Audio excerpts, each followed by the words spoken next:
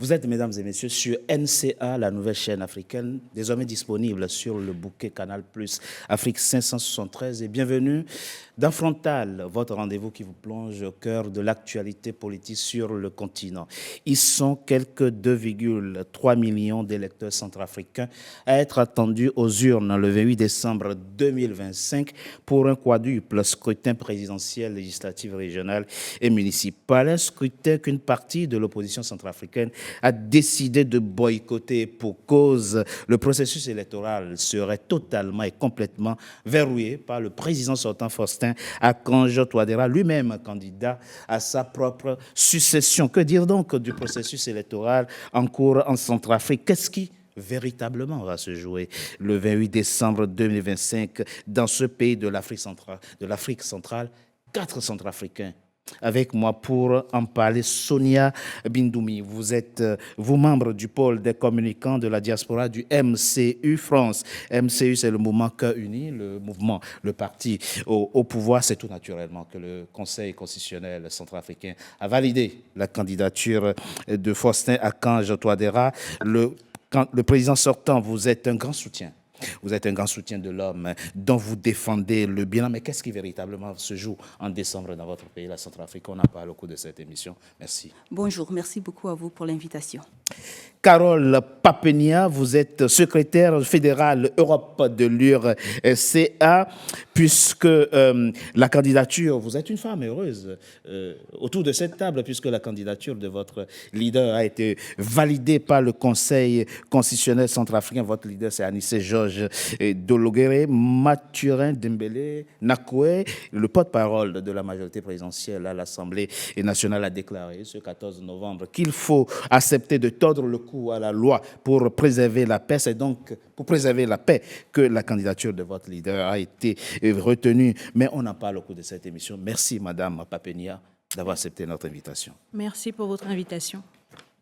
Bertin Maboula, vous êtes le coordinateur du pôle action et stratégie du Rassemblement unitaire. C'est une coalition de partis. Vous êtes à cette table l'homme qui regarde tout ça à la fois avec amusement et indifférence. Vous ne voyez aucun sérieux dans ce processus électoral en cours dans votre pays. Vous pensez, tout comme l'ancien Premier ministre Martin Ziguele, que tout ça c'est du sketch. Ce sont ces mots qu'il faut redevenir sérieux et se concentrer sur l'essentiel. L'essentiel pour vous étant votre pays, la Centrafrique. Mais on en parle au cours de cette émission. Merci.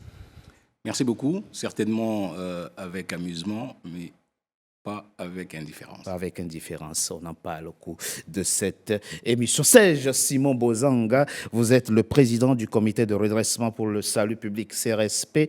Vous, votre cas est encore plus compliqué, vous n'êtes pas candidat, mais vous êtes sous le coup d'une condamnation pour plusieurs incriminations, dont entre autres rébellion, atteinte à la sûreté intérieure de l'État, ou même association de malfaiteurs, condamnation que vous jugez infâme. Mais pour vous, il faut calmer le jeu centrafricain et créer un climat qui permette à tous les Centrafricains de s'atteler à la reconstruction de votre pays. Merci d'avoir accepté notre invitation.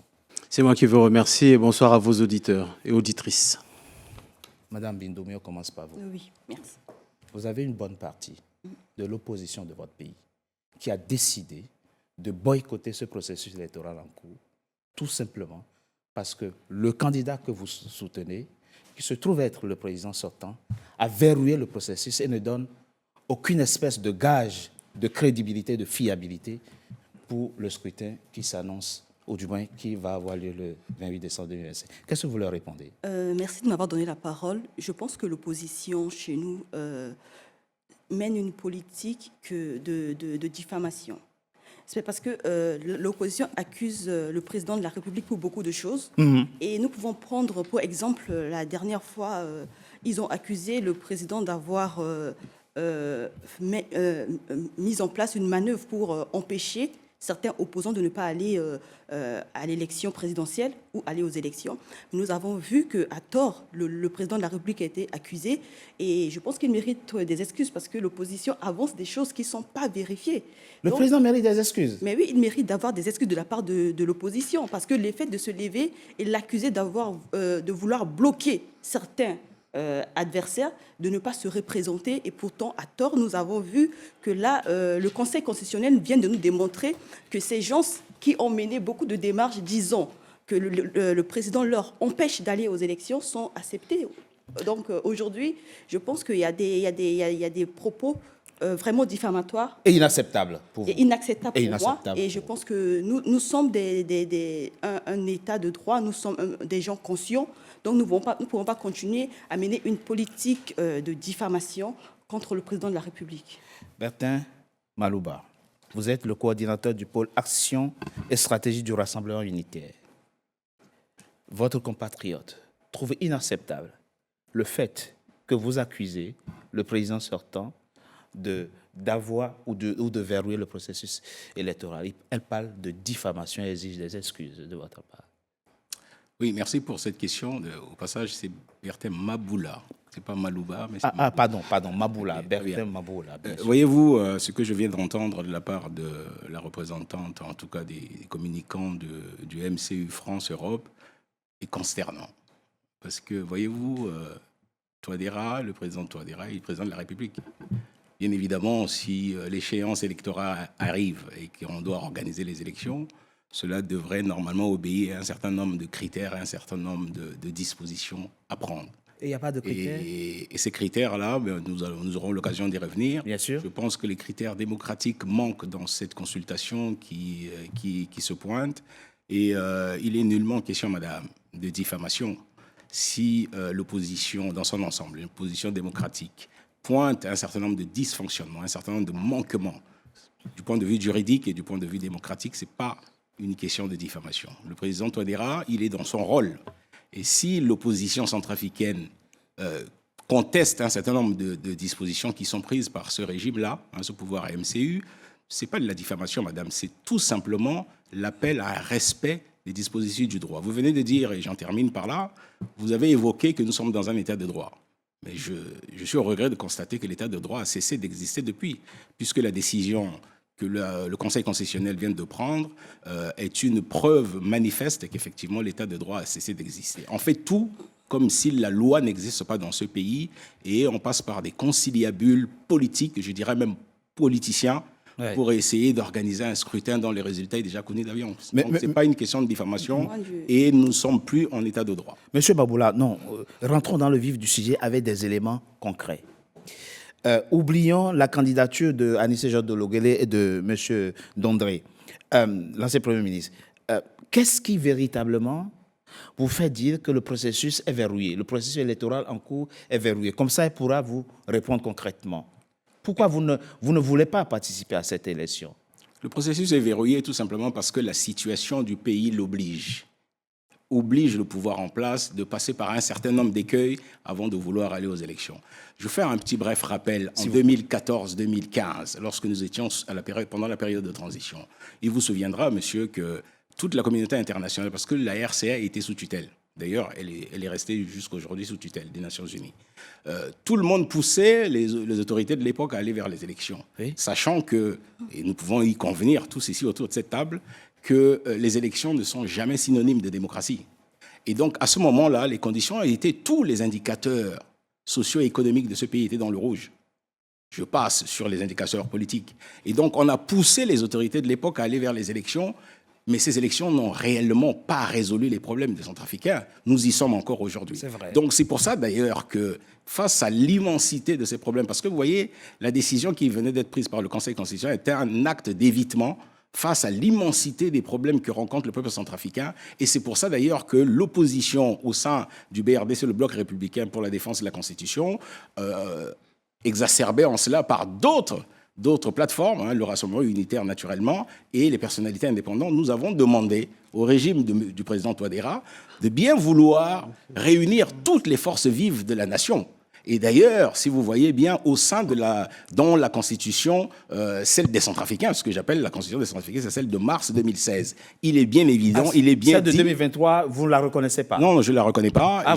Et je dirais pourquoi. Et je termine en disant ceci. Cette Constitution a prescrit un dispositif en cas de crise, en cas de dysfonctionnement, en cas de beaucoup de problèmes, de réunir le président de la République a cette obligation de réunir toutes les forces vives de la nation autour de la table pour trouver les voies et moyens de sortie de crise de façon consensuelle. Et c'est pour ça que nous avons toujours exigé, il y a de cela bientôt 3 ans, un dialogue politique inclusif qui devait permettre à toutes les entités politiques du pays, y compris les groupes armés que j'appellerais républicains. Parce que vous voyez, vous pouvez faire la paix seulement avec vos ennemis, vous ne faites pas la paix avec les amis. Donc, autour de cette table, il devait avoir tout le monde, et c'est cette manière-là qu'on devait parvenir à la paix. Avant de passer la parole à Mme Papenia et à M. Bozanga, Mme Bindoumi, excusez-moi, le vrai problème a commencé peu avant déjà l'adoption de la nouvelle constitution, mais cette nouvelle constitution, votre opposition la rejette. On a toujours souhaité un dialogue inclusif, et là, vous avez décidé d'aller à une élection en excluant des pans entiers de la vie politique centrafricaine. On va dire ça comme ça, puisque les Martin Ziguélé et même lui représentent des Centrafricains. Il a fallu de peu pour Anicet Georges Dologuélé. On reviendra à vous tout à l'heure, Mme Papi. Pourquoi ce forcing politique alors qu'il y a une demande de dialogue? J'aimerais rappeler que le président Touadéra, c'est un président démocratiquement élu. Il a été élu dans les urnes par les Centrafricains. Donc, je suis désolée d'entendre mon frère confondre une période de transition à une période électorale où le président a été démocratiquement élu. Mais donc, à l'époque, on sait que le territoire centrafricain, on sait quel pourcentage du territoire centrafricain était libre et avait fait cette élection. Hein. Je suis d'accord. Ah, d'accord. Mais le président est à son 2e mandat déjà. Oui. Il a été réélu 2 fois déjà. Oui. Et le frère a parlé, il a soulevé ce problème de dialogue. Je pense que la RCA, c'est un pays de l'Afrique centrale qui a connu beaucoup de dialogues politiques qui essaient de rassembler. Aujourd'hui, je pense que le président centrafricain, Faustin Archange Touadéra, mène une politique qu'on appelle la politique de main tendue. C'est un rassembleur. Le président, il tend la main à tous ceux qui veulent revenir dans la République. Vous pouvez donner des preuves. Ça fait 3 ans qu'il demande le dialogue. Qu'est-ce qu'il a fait pour convoquer le dialogue à Bangui? Pendant son premier mandat de 2013, le président a organisé un dialogue dans lequel beaucoup de... C'est vrai. Voilà. Il a organisé un dialogue avec tout ce monde. Enfin, oui. Donc, on a entendu l'opposition où le BRDC était présent. Beaucoup de membres du BRDC étaient présents à ce dialogue. Mais aujourd'hui, la RCA n'a aucun autre problème que nous connaissons, n'a pas de problème. Mais le Premier ministre a quand même accepté d'entendre les membres de l'opposition du BRDC. Quand on parle de dialogue, ce n'est pas la forme, ce n'est pas dialogue pour le dialogue. C'est dialogue pour aborder de façon ouverte et avec un esprit ouvert les problématiques de la Centrafrique. Mais convoquer un dialogue et être fermé et ne pas entendre les propositions des autres, ne pas faire en sorte que les autres participent, ça n'a plus... Non, je pense que le Premier ministre centrafricain a appelé tous ses représentants de l'opposition. Ils se sont parlé, ils se sont entendus avant pour aller aux élections. Mais certaines, on n'a empêché personne pour aller aux élections. Parce que la preuve est que Dologuélé, qui était membre du BRDC, fait partie des candidats pour l'élection de décembre. Donc, le président Faustin Archange Touadéra ne fait aucune barrière. S'il y avait une barrière, on ne peut pas voir qu'il y ait 7 candidats pour ces élections de 2025. Très bien. Donc, écoutez, à ce stade, on va faire circuler la parole. On reviendra en détail sur les points d'achoppement, parce que des points d'achoppement, il y en a beaucoup. Oui. Madame Papenia, alors vous... Anicet Georges Dologuélé, le président de votre parti, a été in extremis validé ce 14 novembre pour participer à cette présidentielle. Mais dans le contexte que vous connaissez, c'est quelque chose qui vous satisfait? Je suis satisfaite effectivement que la candidature du président Anicet Georges Dologuélé ait été validée, mais cela ne veut pas dire que nous cautionnons la constitution de 2023, si on peut appeler cela une constitution, vu toutes les démarches qui ont été faites pour l'élaborer. Ça a été une constitution élaborée en catimini. Il n'y a pas eu de consensus. Les partis d'opposition n'ont pas été conviés à l'élaboration. Donc, comme on a l'habitude de toutes les manières avec le pouvoir de Touadéra et du MCU, ils ne prennent pas en compte les autres composantes de la société centrafricaine. Si on n'est pas MCU, on n'est pas entendu. Donc la candidature de M. Anissé Georges Dolo-Guélé n'est autre qu'une volonté de défier Touadéra sur son terrain. Nous avons... C'est comme ça que vous présentez la chose. Effectivement, nous avons à plusieurs reprises, ça ne veut pas dire on cautionne ce qu'il fait, bien au contraire.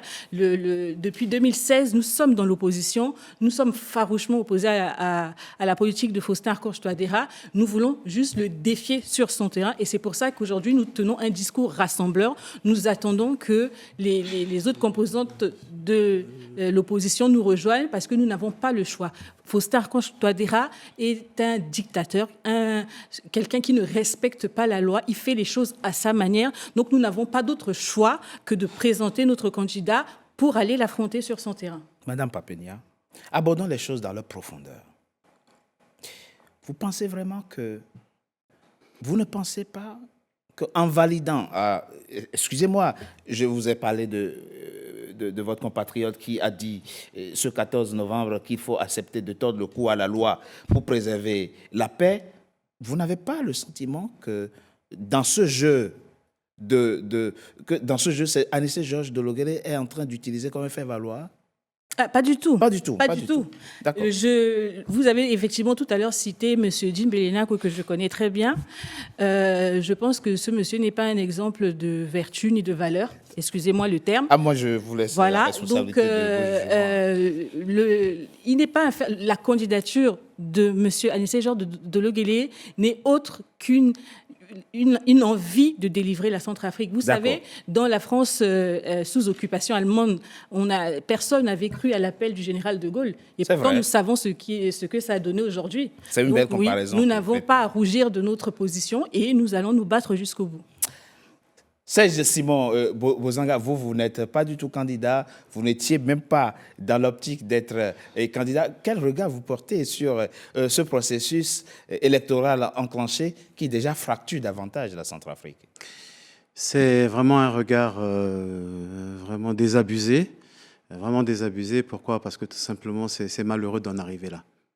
C'est malheureux d'en arriver là parce que dans notre pays, le gros problème de nos hommes politiques est de ne pas tenir la parole donnée. Et la parole donnée via la Constitution est de pouvoir faire 2 mandats. On prête serment, on dit je fais 2 mandats, après 2 mandats je m'en vais. Après 2 mandats, le président Touadéra ne veut pas partir et s'accroche au pouvoir. Là est le nœud du problème. Ensuite, en modifiant la Constitution pour se représenter pour un 3e mandat, comment voulez-vous que les autres partis politiques qui disent, bon, ok, et les autres l'avaient accompagné. Souvenons-nous en 2016. Faites le compte. Lorsque on était en 2015, il y avait 30 candidats. 30 candidats en 2016. En 2020, c'était descendu un peu plus de la moitié, 17 candidats. Et aujourd'hui, 7 candidats. Il y a un désengouement. Les Centrafricains, Touadéra a détruit la démocratie par sa dictature, par son imposition. On ne parle pas de diffamation, madame. Touadéra, aujourd'hui, tient la Centrafrique d'une main de fer et ne veut pas lâcher le pouvoir, modifiant le nombre de mandats, la durée de mandat pour s'éterniser au pouvoir. Voilà ce qui fait que l'opposition dit, écoutez, s'il a envie de continuer à rester là, nous, on ne participe pas, on ne va pas cautionner cette mascarade électorale. Voilà ce que je vois. Ensuite, deuxièmement, c'est très mal organisé. L'ANE aujourd'hui... L'autorité nationale des élections. Le fichier électoral, on ne sait pas où est-ce qu'il en est. L'affichage des listes électorales dans les bureaux de vote, on ne voit pas ce que ça donne. Et on suscite, on pousse la population à dire le président Touadéra est candidat et on le soutient. Maintenant, regardez même parmi les 7 candidats qu'il y a, le seul qui peut être potable ou l'un des deux entre Marie Dondra et Anissé Georges Dolo-Guélé. Mais le reste, Djori Serge, un ancien ministre de Touadéra. Ça, on appelle des candidats de paille.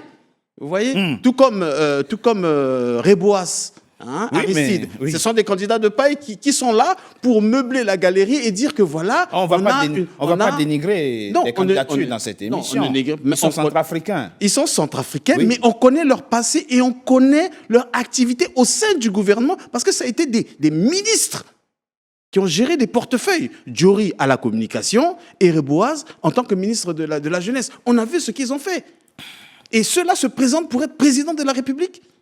Je ne refuse pas leur candidat, c'est leur choix, c'est leur destin, on pourra le dire. Ils ont le droit d'être candidats. Mais nous pouvons comprendre que c'est plutôt un jeu du pouvoir d'avoir des gens au niveau régional, etc., pour avoir des voix et se faire réélire. Mais le Ça, nœud c'est du votre- problème, oui. le C'est nœud le- du oui. problème, c'est Oui. plutôt cette candidature, Alors, troisième mandat, nous- comme ça se fait un peu partout, un peu en Afrique malheureusement, et qui entraîne ce désaveu au niveau donc, du processus électoral. Madame Bindoumi, il y a un débat qui nous Oui. rattrape. Moi, je ne suis pas d'accord. Oui, d'accord. Mais de toute façon, je vais d'abord répondre à Madame Carole. Je ne vais pas dire le nom pour ne pas écorcher votre Madame nom, comme vous dites. Pépinia.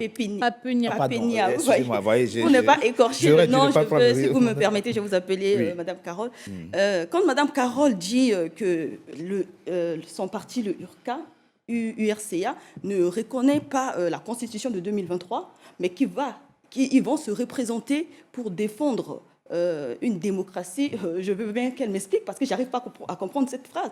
Parce que je vois que le candidat Dolo-Guélé a respecté les conditions pour aller aux élections. Ah bon? En respectant la Constitution, il a renoncé à sa double nationalité. Ça fait partie de cette nouvelle Constitution. Non. Donc, ça fait partie. Pourquoi on nous dit qu'on a dû tordre le cou à la loi pour valider sa candidature? Mais non, mais c'est la Constitution de 2023 qui demande, pour être candidat pour l'élection présidentielle, il faut avoir une seule nationalité. Et le candidat Dolo-Guélé a renoncé à sa double nationalité pour garder la nationalité centrafricaine pour aller à cette élection. Donc, en renonçant à sa nationalité française, je pense qu'il a respecté une partie de cette Constitution. Il a fait une nouvelle demande de la nationalité centrafricaine? Non, madame. En renonçant à sa nationalité française, il ne devient pas automatiquement centrafricain. La loi, Oui. attendez, monsieur, La loi de 1961. de 1961 Oui. a déjà cité, mais comme a dit, Oui. parce que M. Dolo-Guélé, vous savez, il a mené beaucoup de démarches pour, C'est vrai. sans pour autant écouter d'abord la décision du Conseil constitutionnel. Hein. Oui. C'est ce que je vous ai dit. Oui.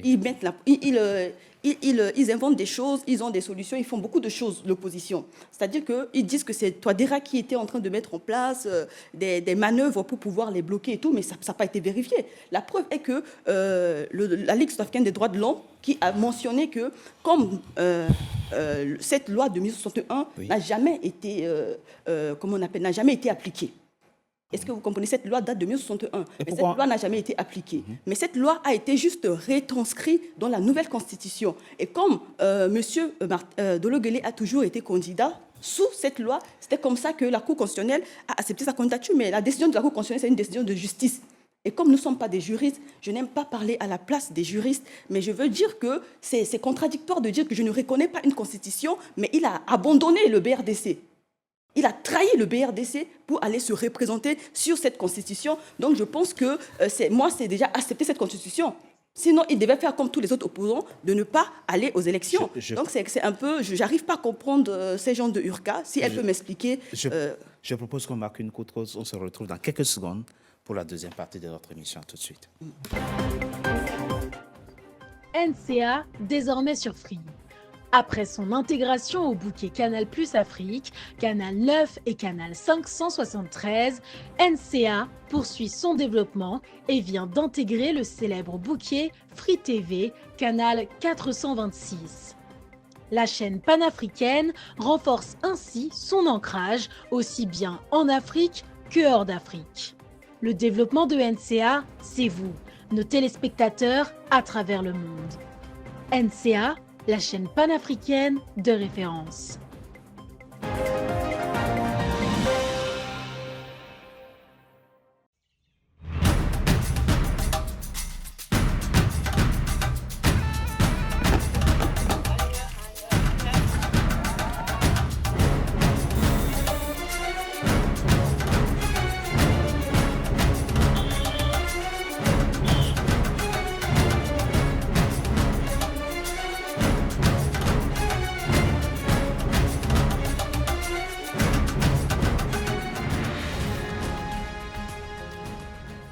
NCA, la nouvelle chaîne africaine. NCA, the New African Channel.